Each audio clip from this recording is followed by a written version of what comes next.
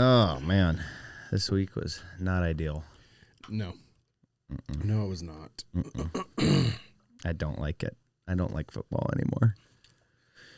Yeah, I love baseball now. You do love baseball. I do love baseball now. And I'm angry about that, too. So it's fine. I'm like a full fan now, dude. Like, that was the most... I don't even know if baseball could get more exciting than that game, dude. Like, that was absolutely bonkers. Yeah. Let's start. All right. Because we'll talk about it. Yeah.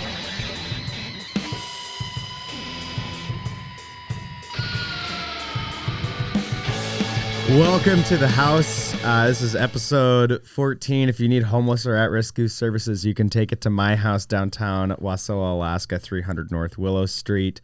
Isaac Smolden, joined by Brian Fields. Brian, how was your weekend? Weekend was not so fun. Like even like I knew the Raiders were going to lose, and so that wasn't my issue. Right. But it felt like every game outside of the Saints and Carolina and Miami and Buffalo was an absolute snooze fest, dude. Like it was such a boring day of football. There wasn't like, there's a couple big plays here and there, but I mean, Arizona won, right? Arizona won, and let me read you the stat line for Kyler Murray. He was 13 of 20 for 154 yards, no touchdowns, and took a sack. And they won 29-9. Oh, what? Yeah, dude. You think that's bad? Okay, so my team recap is everyone loses. My fantasy teams, they're all losing. The Seahawks lost. The Seahawks game, I watched all the way up to the last 2 minutes of the first half because then I had to leave for our adult soccer games. Yeah. And the stupid game was on TV, and I'm in net, so I'm looking around, and I see the Rams all celebrating. I'm like, well, probably don't want to watch the second half of this recorded then. Little did I know that my team first scored 2 touchdowns back to back, and then found a way to lose that game in overtime to the Rams. And the only part of the game I saw was punt. Which punt? Yeah, punt. Yeah, It was not a real football game. Yeah. It was awful. Which we'll get into our last segment that we were going to talk about. But I mean, that was kind of like the theme this weekend. And it was wild to me. Like Seattle, and because they're division rivals, right? They always have kind of a grittier game. And you guys seem to really struggle with the Rams, dude. I don't know. Even when the Rams are every year. Even when the Rams bad. Can be bottom feeders and just mark it on your calendar as a big old fat L on the Seahawks. I don't get it. Maybe Sean McVay's just got your secret sauce or something. I don't know what's happening there. But what was crazy to me is both of these defenses are, I mean, Seahawks have shown flashes of good defense. The Rams have not shown any flashes of good defense. And Geno throws 3 picks and can't do anything. I'm done. The O-line was I'm done. Atrocious. And I'm done with him, dude. This is ridiculous. Oh, we're done with Geno. What? We're done with Geno? Well, I already had said that clearly he is not the long-term, dynasty, fantasy or quarterback for this team, right? Right. He's a placeholder that has upside to where maybe we can make the playoffs. But this is. What does Seattle do though? There's not an out here. No, because they're going to be a middle. They're going to be mid. It is maybe the worst case scenario. Yeah, I almost rather be do you want to talk about the Raiders game? I mean, let's talk about it. Yeah, okay, let's talk about it because it'll lead into my last segment. Sure. And okay, so the Raiders got a shellacking, and good for the Bengals. They needed that, and decided. So. They decided they were going to throw out Desmond Ridder, who they signed 10 days ago. as the savior. This is Our offensive line. This is like historic. Our offensive line, all of them went down. We were down to our last 5 offensive linemen. The commentators were talking about, well, if somebody else goes down, you're gonna have to like throw a tight end at tackle, or maybe you could put a D end at guard. Brock Bowers, the offensive tackle of the future, dude. So bad. We looked atrocious. It's so crazy because we have these moments where we look kind of gritty and we look and like shout out to AP, because like a team that's 2-6, like you wouldn't think that they would come out and put any effort on the field, but they looked like they were actually trying to play a game. They're just bad. And and it's not even that they're bad, like the offense is just so bad. Yeah. And F you, Joe Burrow, for throwing touchdowns to everybody except for Jamar Chase. You know, my number 1 pick. Just can't throw him a touchdown. And in other news, the Raiders made a somewhat move that's been long overdue. Yeah. And they fired Luke Getsy. And I honestly was hoping they would keep Luke Getsy. So that they can keep losing. To ensure, dude. Because so it's crazy. They're like top 5 in opening score drives. They score the first drive almost every game. And then they just like, I'm gone. Okay. Bye-bye. I've clocked out for the day. We played the first quarter. I played my first drive. See you later. And I'm just like, Getsy, what are you doing, bro? Like, obviously you have some sort of like ability to move an offense, and it's just not after the first 5 minutes of the game. after the first 5 minutes of the game, then it's over. I'm done. I'm done with my day. So it was almost like he wanted to get fired. He was probably like, yeah, this is a dumpster fire. So I'm going to show like my highlights in this first drive, and then good luck to you. Aussies Chargers 5-3. 5-3. Can you believe that? They're so ugly, dude. Every team that has Thursday night football was terrible. Ugly, dude. Ugly wins. Other than Panthers beat the Saints, the Broncos got shellacked. Derek Carr is now 1 game away from being the first quarterback to lose to all 32 teams. Oh my gosh. Because he plays the Raiders this year. And if he loses that game, oh no, he will have lost to every single team. The Raiders have to win a football game for that to happen, though. Right. So his chances of not getting there are pretty good. Yeah. But it would be amazing. It would be amazing.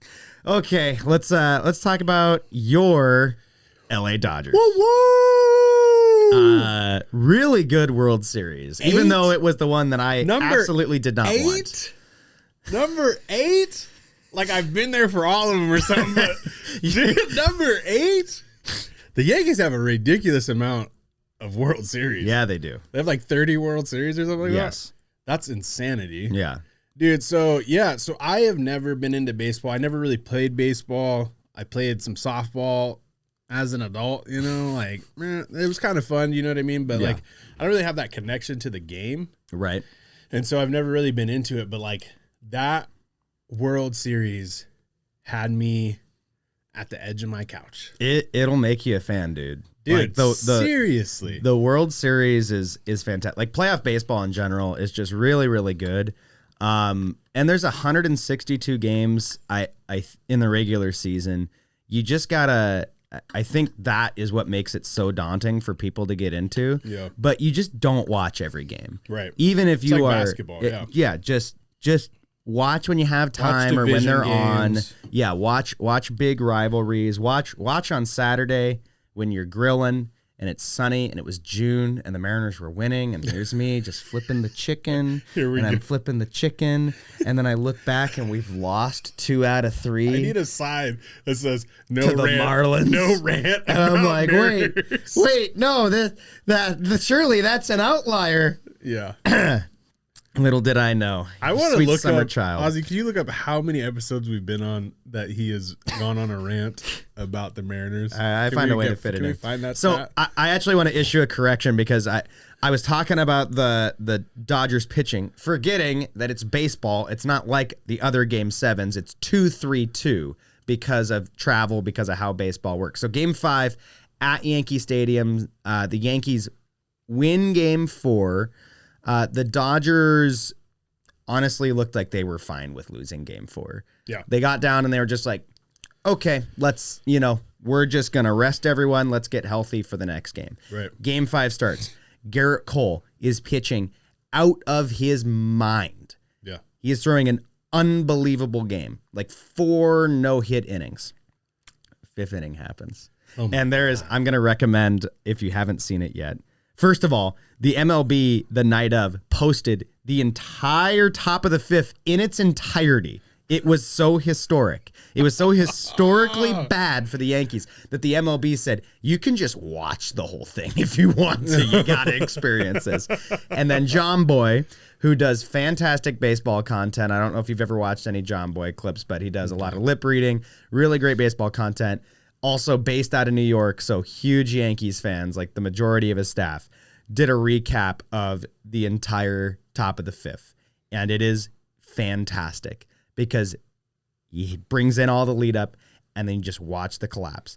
A total of 5 unearned runs, meaning the Yankees should have gotten out of that inning with 0 on the board for the Dodgers. What do you think happened? So here's what the Dodgers scouting report said. It said, we need to put balls in play and force the Yankees to make plays because they struggle with fundamental baseball. And then you look at the stats. And you see that they are one of the worst fundamental baseball teams in the league this year. Oh, man. And it all caught up with them in the bottom of the 5th. First things first, Aaron Judge just drops a ball in center field. He's looking at first base. I've done that too, and it sucks where you close too soon. Right. Looking at first base, thinking, I might be able to gun this guy out at first. If I catch it and throw quick, drops it. Runners on 1 and 2. Okay, not the end of the world. Ball hit to shortstop. Volpe tries to get the lead runner instead of just getting the sure out when you're up by 5. It's a tough play. His body's already carrying him towards third. He just buries it in his hand. Bases are loaded. Oh, no. Here come the Dodgers. But then Garrett Cole having a really fantastic game. Boom. Strikeout. Boom. Strikeout. Gets Ohtani, too, by the way. Ohtani played that. 2 outs. He did not. He played not well. Super injured. Yeah. Super injured. Now it's 2 outs. You just got to get one more. Mookie Betts. Dribbler to first base. Oh, the Yankees. They got out of it, dude. They got the ground out. And Anthony Rizzo overruns the ball at first. Comes back a lot, doesn't charge it because he overran it a bit. Now he's just going to scoop it up and toss it to Garrett Cole. Oh, no. Where is he? Garrett Cole is standing still just off the mound. The Dodgers score. Then former Mariner Teoscar Hernandez ropes one to the wall. Dodgers end up tying it up in the inning. They take the lead. Yankees, too little, too late. Yeah. Lose 7-6. Really, really fun game. Your new favorite player, Freddie Freeman. Freddie! I mean, Freddie doing Freddie, bro. Freddie's doing Freddie. What a series he had. Yeah, what seriously. A series he had, dude. No kidding, dude. Like, just talk about getting hot at the right time. Yeah. And not folding under pressure, you know what I mean? Like, and that's what you need. And like, I think to get into any, like in any competitive professional sport, right? Like you need those world beating generational talents, like to get to the big game, right? But you need role players to do their job and step up big. And I think that was like the big difference for the Dodgers is like, they had some guys that just were like, all right, yeah, our stars are not playing well, so let's make this happen. Well, and the Yankees were getting carried by their talent. They're a very talented baseball team. Yeah. But talent doesn't win championships. No. And Freddie Freeman, playoff MVP. You know what? Really good story too, because he was having some health struggles with his son this year. and he stepped back to be with his family, came back with the team, got hot, like easily should have won the MVP for the World Series. It's not even close. Right. So, yeah, you've been a Dodgers fan for a month, and you already got your first championship under your belt. And it was fantastic. And I just hope that it's not like when I became the Raiders fan, because the Raiders didn't win the big game, but they were like super competitive. And I was like, oh, these are big. They're amazing. And I was originally, and it pisses me off because I was originally a Rams fan. The Pee Wee team I played for was the Rams. Like, I loved Kurt Warner, Marshall Faulk, all those dudes. And then my brother comes in and is like, hey, dude, we're a family of Raider fans. This is who we love. This is the Raiders. Look at who they have. Look at Tim Brown. Look at Jerry Rice. Yeah, they're so cool. 20-some years of misery later, here I am talking about a 2-17. Starting Desmond Ridder. Yeah, so let's get back to football, because you and I both saw as we move into our next topic, both saw a stat this week talking just about QBs in the NFL, QB development in the NFL, and it's turning into a real problem, because I thought last NFL season was one of my favorite to keep track of.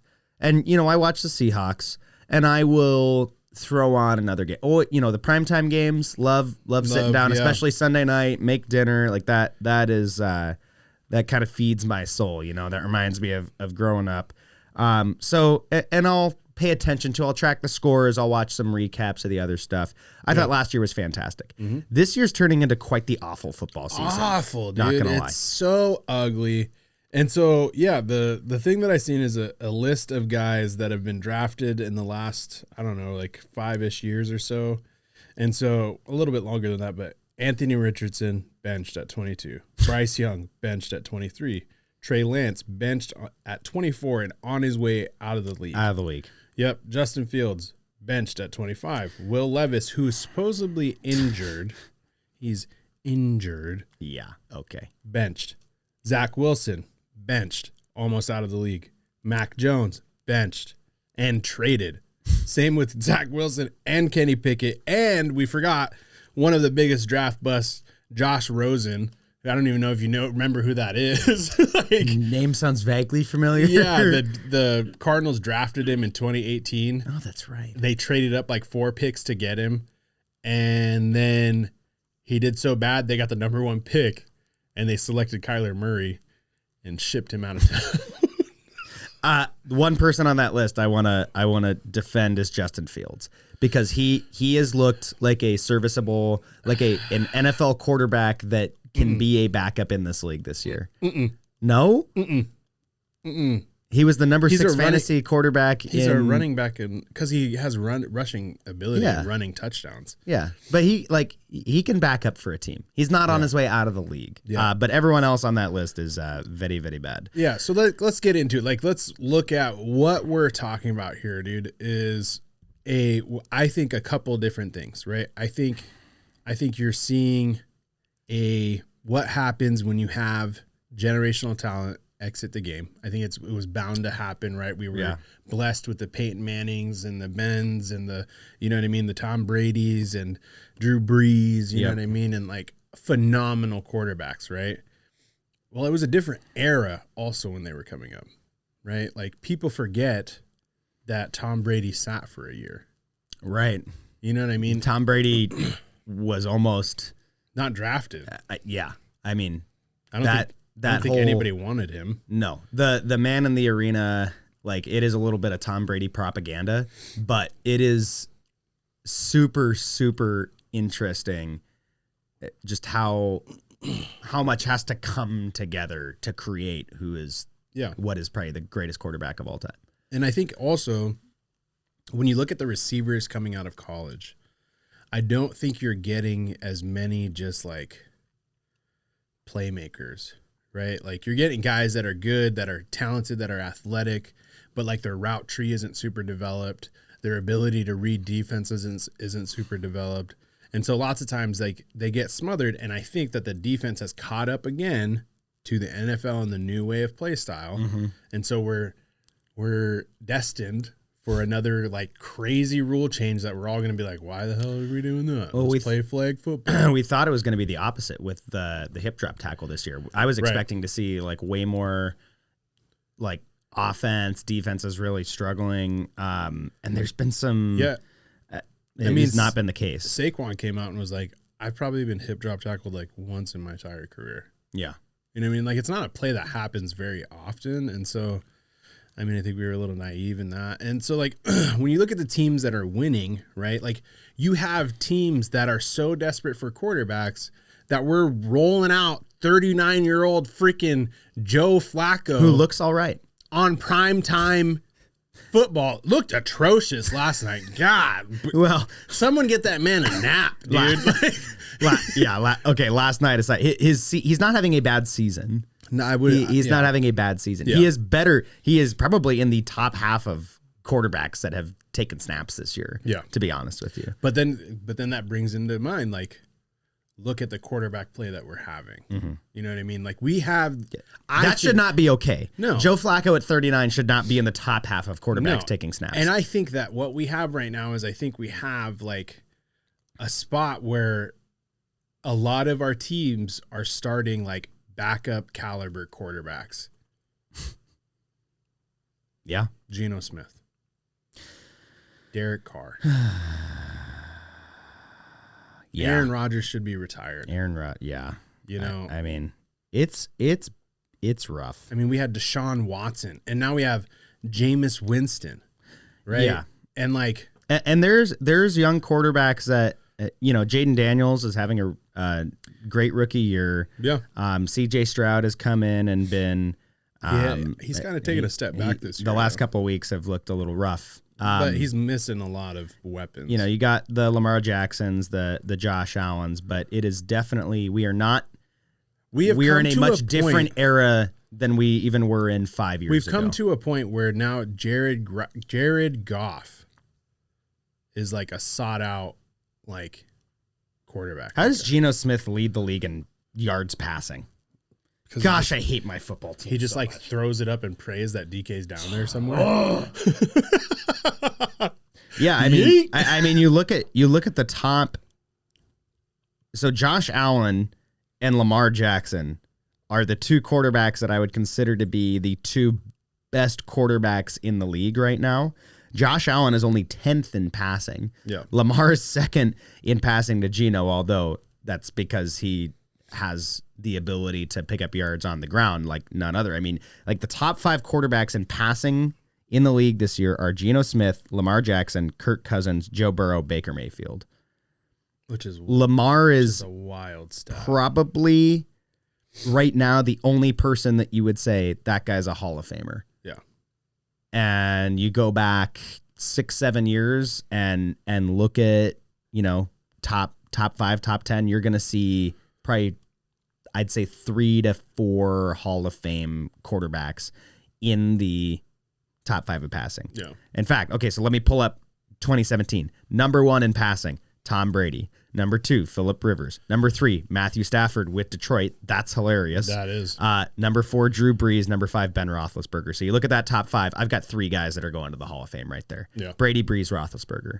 I mean, you look at 2018 regular season. Roethlisberger, Mahomes, Matt Ryan, Jared Goff, Andrew Luck, who I think could have been a Hall of Famer if the glue factory didn't ruin him in Indianapolis. That is maybe the greatest crime against football that we've seen in the last decade. Yeah, we were robbed of some good football there. And so like one of the things, we're not having quarterbacks come out of college. And I think it's going to get worse with the new NIL deals. Like, we're not having QBs come out ready to play professional football. And it shows, right? Like, and it shows in how many quarterbacks are being benched. And it shows in, like, how little development that we are putting into these quarterbacks. And, like, what we're doing essentially is we're taking this 22-year-old kid and saying, hey, here's the keys to our franchise. I want you to sit back in the shotgun 50 times a game, and I want you to carry this franchise to a win. Also, your offensive line sucks because we've been the bottom of the league. Because I think there has been an uptick in pass rushers. Like I think pass rushers have gotten a lot better in the last 5 or so years. And so I don't know what we need like 5 generational talents at quarterback to come in and fix this thing that we're in, because it's ugly, dude. Like I was bored out of my mind. Football Sunday is like a religion for me. Like I love it. I play multiple fantasy leagues. I'm all about it. I pay way more than I should for stupid subscriptions to make sure I can watch it. And I was like falling asleep yesterday. Dude, I watched way more hockey than I normally do on Sunday last night. Dude, because which, by the way, all my teams still lost. Because it's like this. This is how the NFL season is going. It's like crappy offense, crappy offense, crappy offense, crappy offense, crappy. Oh, there's a big play, crappy offense, big play. Oh, there's a big crappy offense, crappy offense. And then it's like fourth quarter. Oh my God, scramble. Okay, and then we have a close game. Like, so it's like almost like you don't need to watch games anymore until the fourth quarter, because the first 3 quarters are like. Meh. Yeah, but did you see Saquon backwards hurdle over someone? Yeah, dude, that was, and that's so like that's the other thing. So like when you look at the standings, like teams aren't, dude. There's no team outside of Baltimore and the Lions that are playing really good football. The Bills. No, 7-2. I mean, the Bills aren't still playing. I mean, the Commanders, dude, 3-3, 14-10. You left the Chiefs off of your list of really good football teams. Yeah, I did. And they're 7-0. I did on purpose. They're 7-0. Okay, but they'll be the first to tell you that they're not playing good football. They should have lost to the Raiders. If the Raiders had any offense, they would have lost. Like, they're not playing good. So that's what I'm about to say is like these teams that are in the standings that have winning records are not teams that are playing super well. They're teams that are finding a way to win in the fourth quarter. Sure. Okay. I understand what you're saying now. Yeah. And so I don't know. I'm like, dude, something needs to happen. We're at like a historic low for touchdowns in the last like 20 years. Also, the Ravens is one of your teams that are playing well. They're second in their division to the Steelers right now, which are I forgot about the Steelers. They're on a bye week. The Steelers do look really good though. They have a good complement. No way, they look good, dude. Like, because you look at the teams that they played since Russell Wilson, right? They had the Jets, and then they had I'm blanking. Another good defense. I don't remember who it was, but like they're running the ball decent. Their passing game is better. Their defense is lights out. They're playing their special teams is like coming alive out of nowhere. Yeah. And so they're playing all three phases. And that also speaks to like our coaching carousel. Mm-hmm. And I think there's so much going on with the NFL that is like, what is happening? And we're going to like, I don't know, man. Like, I don't know how many weekends I can stand watching what I watched this Sunday. And I think there's a lot of people around the world that are football fans that are saying the same thing. We'll talk about it more next week. We're going to pull up our predictions from the beginning of the season and just see where we're at. Spoiler alert, we're super wrong about a lot of stuff. I'm sorry. So we'll have that next week on To the House. Hey, also, we want to give everyone a heads up that this will be the last episode that is on the My House Podcast Network channel specifically. I'm a peacock. It's you gotta let me fly. So it is not because To the House is not a production of the My House Podcast Network, because obviously we are. Hello. But we are going to have our own channel that is going to have exclusively To the House content. So if you go into the description of this episode, if you're listening to it or if you're watching it on YouTube, you can go to the YouTube channel. You can go to Spotify, Apple Podcasts, wherever else. Please go subscribe to the House, like the channel, leave us a review if you've enjoyed the content so far. All of the episodes will be going on those exclusive channels moving forward, and we're going to have a really great episode next week because you'll get to hear about how stupid and dumb and wrong we are. Yeah. So wrong. Like, subscribe, go to the description right now, subscribe to the House. Thank you. Thank you. We'll see you next week.